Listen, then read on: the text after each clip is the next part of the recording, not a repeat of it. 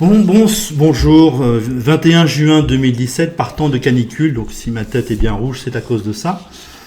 Je vais faire une vidéo vous montrant l'importance de l'effondrement de la mort du Parti Socialiste. Je crois qu'on n'en a pas assez parlé. Le PS est mort, où il y a 10%, 15%, il ne redeviendra plus un parti de second tour. C'est fini. Ça a une importance énorme. On change d'époque idéologique. On change littéralement d'époque. Ça, c'est très important. Nous entrons dans un autre monde idéologique. Alors, le Parti Socialiste lui-même a été le successeur du catholicisme.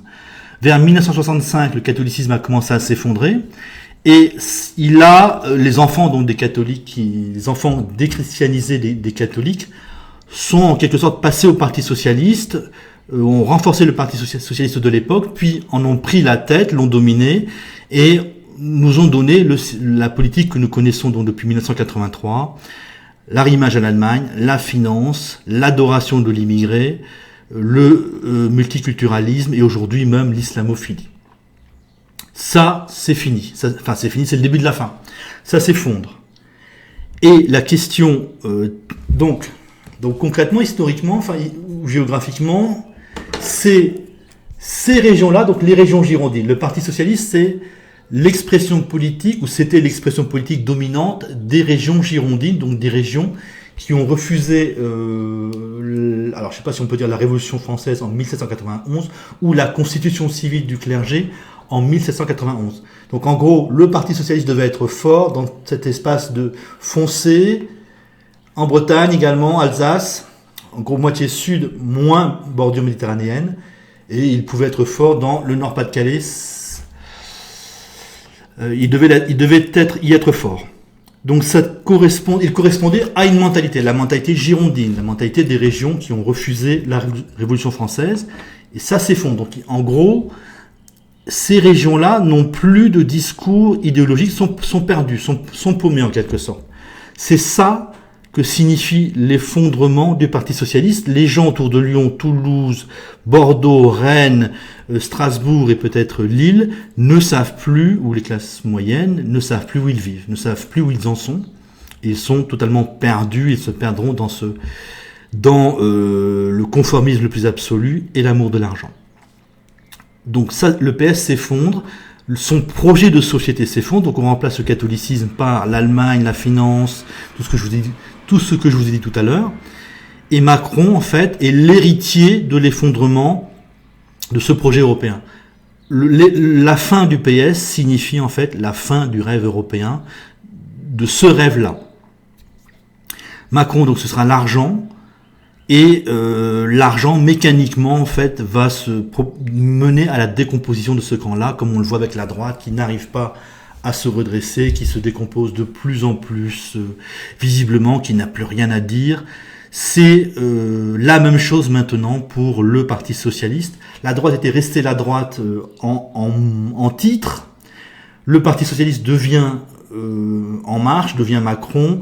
Et en fait, c'est le début de la décomposition. Décomposition qui peut être extrêmement lente, ça peut prendre 20 ans.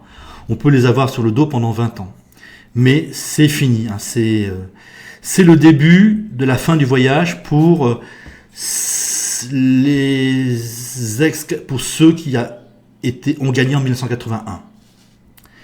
Donc, mécaniquement, nos deux jeunesses, la jeunesse de l'espace girondin et la jeunesse de l'espace jacobin. Alors, l'espace jacobin, c'est essentiellement le bassin parisien. Pour Marseille et pour le Limousin, je crois qu'il a suivi la Révolution française. Et pour la zone autour de Marseille, j'ai un doute.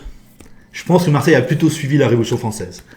Donc, la jeunesse de l'espace jacobin, nos deux jeunesses, nos deux nouvelles générations, sont occupées à inventer quelque chose qui va remplacer la droite et le Parti Socialiste. Macron n'est que le syndic de faillite du Parti Socialiste. Et maintenant, je vais essayer de vous parler de l'avenir, de vous montrer que c'est quelque chose d'irrésistible. Les deux jeunesses construisent quelque chose, qu'on ne choisira pas consciemment ce vers quoi nous allons. Et je vais vous parler de ça en fait. Bon, je vous fais vite une parenthèse. On a 3 jeunesses, une jeunesse musulmane. Si son nouveau projet c'est la charia, elle sera liquidée par les jeunesses girondines et jacobines. Il ne faut pas s'inquiéter, ils sont exterminés. On s'en fout des musulmans radicaux ou des musulmans qui vont trop loin. Ils sont incompatibles et avec les girondins et avec les jacobins. Voilà, hein, on aura une alliance de tous les jeunes Français contre l'islam ou contre les comportements scandaleux des Maghrébins ou des Africains. Moi, je pense qu'il n'y a rien à craindre. Alors là, ce qui est intéressant, maintenant, j'essaie de vous dire ce que je peux d'intéressant, d'intelligent sur ces 2 jeunesses, donc du bassin parisien et de la moitié du sud girondin, elles vont faire émerger un nouveau rêve, un nouveau collectif, chacun parallèle à l'autre.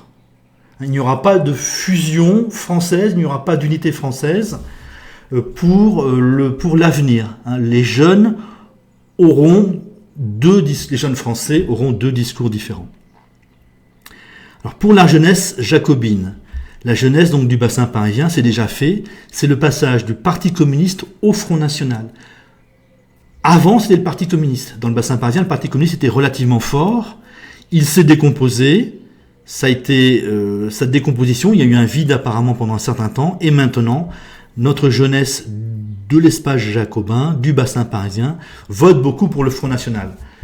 Le Front National, de toute façon, a 2 discours, hein, a 2 directions, lutter contre la pauvreté et le chômage, lutter contre l'immigration et ses conséquences. Or, comme on aura de plus en plus de chômage, de plus en plus de pauvreté, de plus en plus d'immigration et de plus en plus de problèmes avec l'immigration, le Front National est le parti d'avenir dans le bassin parisien, et je crois que je n'en parlerai pas beaucoup plus.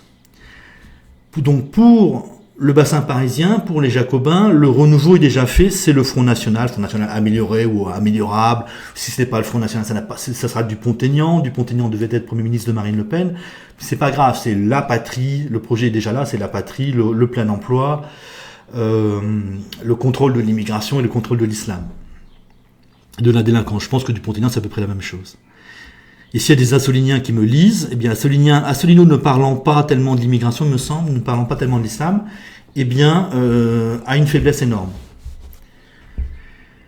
Donc, ce qui est la question à se poser, c'est que vont faire les jeunes de l'espace girondin, donc que vont proposer les jeunes autour de Strasbourg, autour de Lille peut-être, autour de Lyon, Toulouse, Bordeaux et Rennes. Alors pour Rennes, je vous parle le 21 juin, donc on vient d'avoir les élections législatives, le 18 juin, et finalement les régionalistes en Bretagne semblent avoir fait de très très petits scores, contrairement à ce que j'avais anticipé.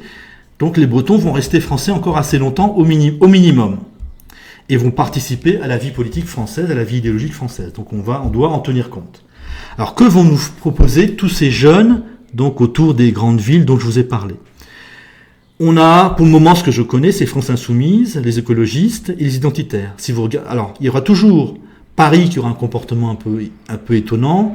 On a sans doute beaucoup d'écologistes à Paris, beaucoup de France Insoumise à Paris, je ne suis pas sûr. Pas très loin de Paris, en tout cas. Mais Paris n'est pas vraiment une ville française, c'est une ville qui rassemble toutes les élites françaises. Donc, il rassemble des élites girondines aussi. Donc, les écologistes auraient pu, pendant un moment, prendre la place du Parti socialiste, mais il y a déjà ça de 5 à 10 ans au minimum, 10-15 ans, ils auraient pu être la jeune génération jacobine, de l'élite jacobine, qui prend la place du PS. Ils ont échoué, à mon avis, c'est définitif. Je ne pense pas que l'histoire repasse les plats, ils sont pro-immigrés, ils sont pro-européistes, ils n'ont pas grand-chose à proposer. Dans une société qui n'a plus d'usines, la pollution... Une société qui est de plus en plus pauvre, qui n'a plus d'usine, la pollution va diminuer sans arrêt. Vous avez France Insoumise. France Insoumise, je vais en parler un petit peu. Donc France Insoumise a fait de bons scores, bien sûr, chez les Français d'origine maghrébine, mais aussi, surtout, donc dans l'espace girondin. Bretagne et sud girondin. Donc Bretagne, sud girondin. France Insoumise, c'est le parti, ou c'est un parti des jeunes et des pauvres de l'espace girondin. Il remplit les conditions pour être le parti girondin de demain. Mais, bon, au niveau idéologique, il n'y a rien. C'est quoi? C'est l'Europe, mais on revient à la France malgré nous. c'est, je sais pas quoi encore, l'immigration, il n'a rien à dire sur l'immigration, sur le multiculturalisme, sur l'islam, je pense que Mélenchon n'a rien dit là-dessus. Il est encore dans le rêve de fraternité universelle, bref, c'est beaucoup de bêtises. Donc, en plus, Mélenchon, c'est un vieux monsieur qui a été au Parti Socialiste. C'est fou, hein. Ces gens qui sont jeunes ont suivi un vieux monsieur qui a été au PS. Donc, même ce fonctionnement-là est anormal. Sans Mélenchon, il n'y aurait rien eu. Il y aurait eu de la division. Ça montre aussi qu'ils ne sont pas dynamiques, qu'ils n'ont pas, que ce n'est pas une émergence de la jeunesse française. C'est un leader un peu charismatique qui a réussi à réunir des morceaux de gauche en tout genre. Et des électeurs un peu naïfs peut-être, ou un peu conformistes encore, pour, à mon avis, ne rien produire. Donc le simple fait que France Insoumise ait dû attendre Mélenchon pour exister, c'est louche, si vous voulez. Ça nous montre que c'est plus un sursaut du Parti Socialiste, que c'est plus un cadavre qui essaie de se réveiller qu'autre chose.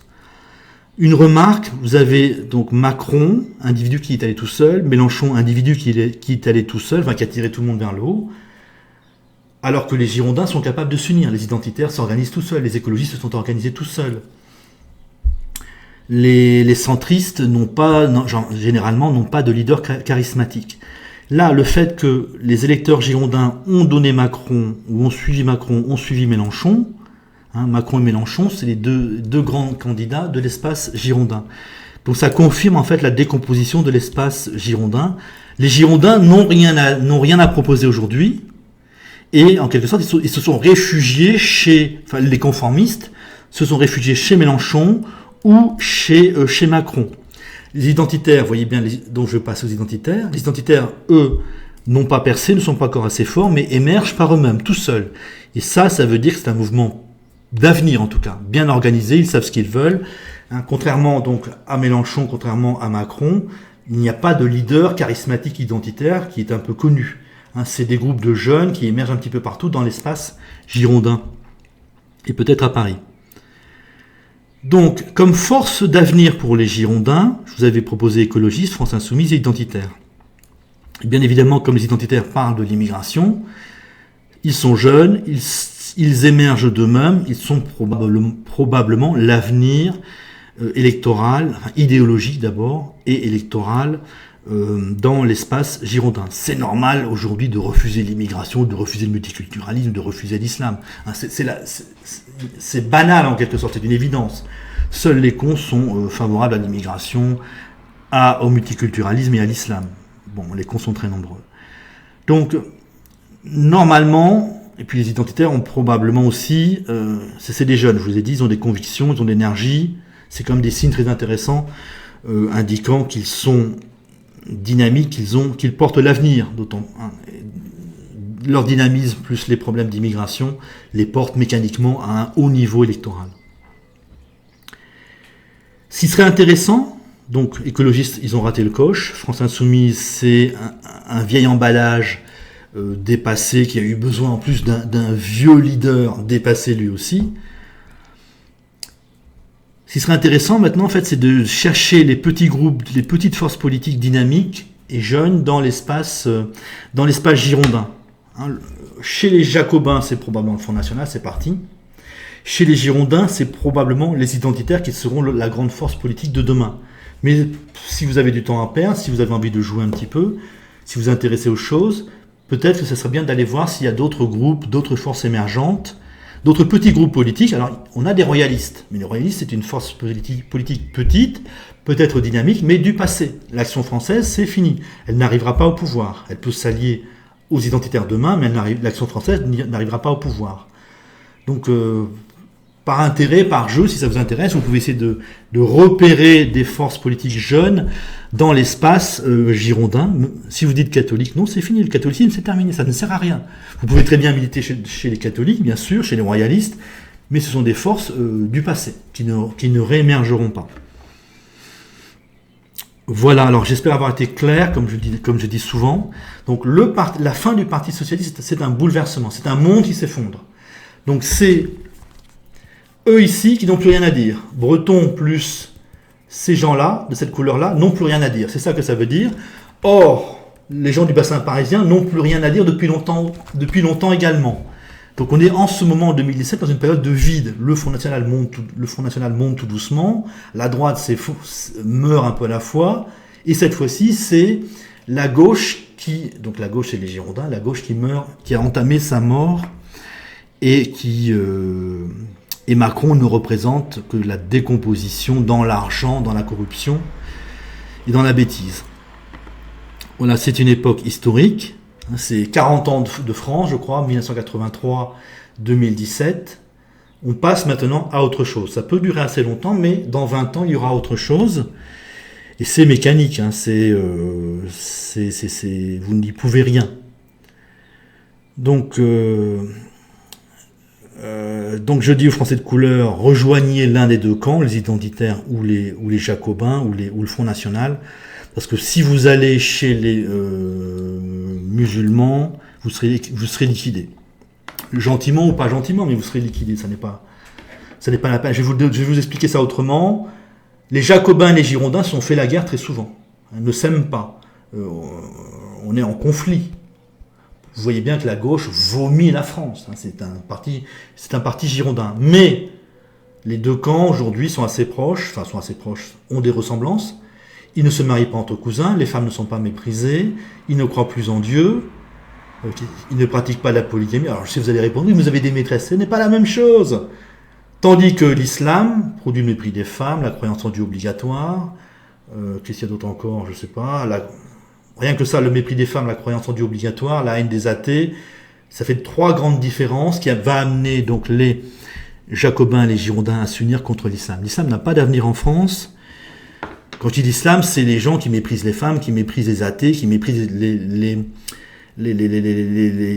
homosexuels. Si vous êtes ici en France pour tuer l'homosexuel ou pour tuer l'athée, vous ne ferez pas long feu. Je parle de cet islam-là, de l'islam organisé, de l'islam de la charia, de l'islam qui va trop loin. Ça n'a pas d'avenir en France. Et si vous êtes un musulman paisible, eh bien, vos enfants, vos petits-enfants deviendront français de toute façon. Donc, sur le plan politique, vous ne présentez pas d'intérêt. Soit c'est liquidation, soit c'est francisation. Je ne sais plus ce que je voulais dire. Donc, pour le complotisme, il m'est aussi arrivé une idée. Pour les gens du bassin parisien, ont souvent combattu l'Église, le pape, ont souvent combattu une puissance étrangère très importante, ont souvent combattu les féodaux. Ils ont passé leur temps finalement, ils ont combattu une religion.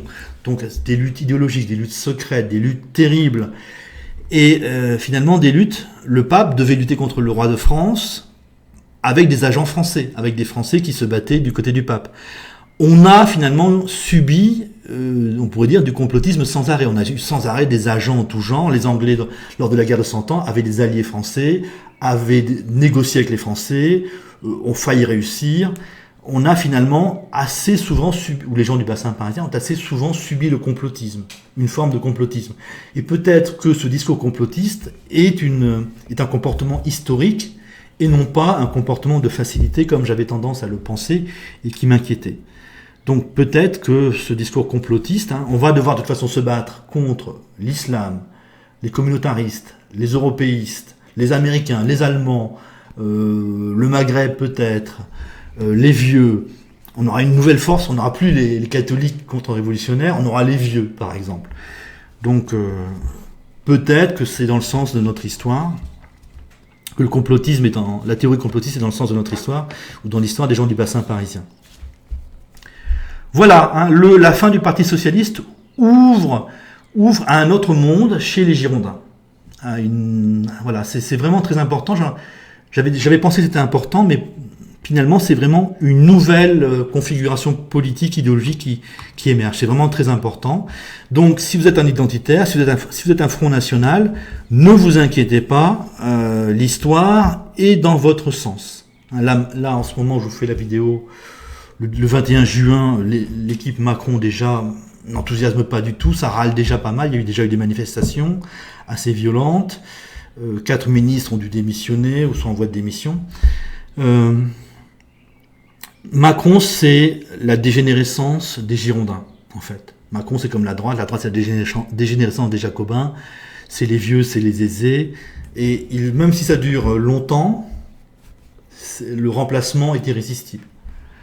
Que ce soit Front National ou Parti Patriote, quel que soit le Parti Patriote, ça n'a pas d'importance. C'est mécanique, c'est dans le sens de l'histoire. Alors donc je renouvelle ma remarque aux Assoliniens, ne pas parler de l'islam, ne pas parler de l'immigration, c'est une grave faiblesse. La politique, c'est pas s'imposer à la population. Voilà, j'espère avoir été clair, comme je dis souvent. Salut à vous.